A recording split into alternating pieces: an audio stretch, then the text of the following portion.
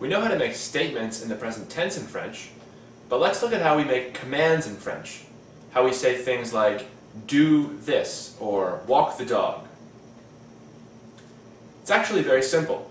We use a form of the verb we call the imperative, l'impératif.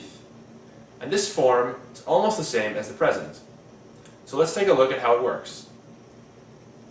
For ER verbs, we take the present tense, so tu manges, vous mangez, or nous mangeons, you eat,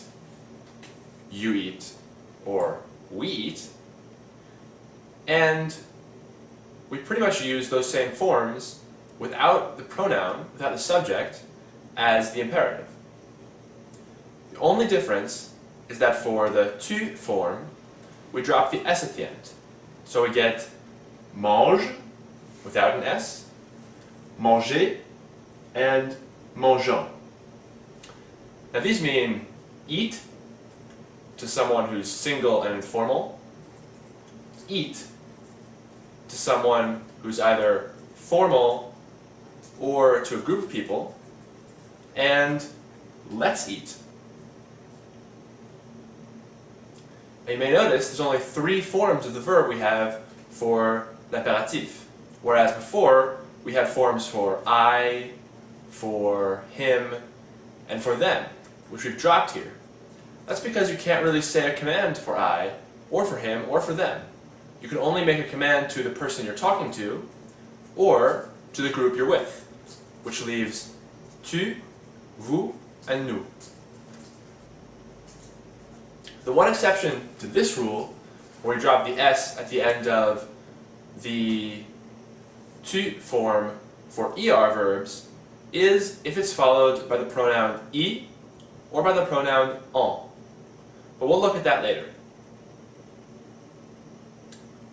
For IR and ER verbs, it's even more simple. We don't change the forms at all, we simply use the forms that we had for the present tense. So let's take the verb finir, to finish. We get fini, finish, finissez, finish, and finissons, let's finish. For an ER verb, we get forms like attends, wait, attendez, wait, and attendons, let's wait. For the verb attendre, meaning to wait. This rule of using the same form for the imperative as we do for the indicative in the present tense holds pretty true across most verbs, even irregular verbs. There are a few exceptions, but this rule is holds pretty true across most verbs. C'est tout.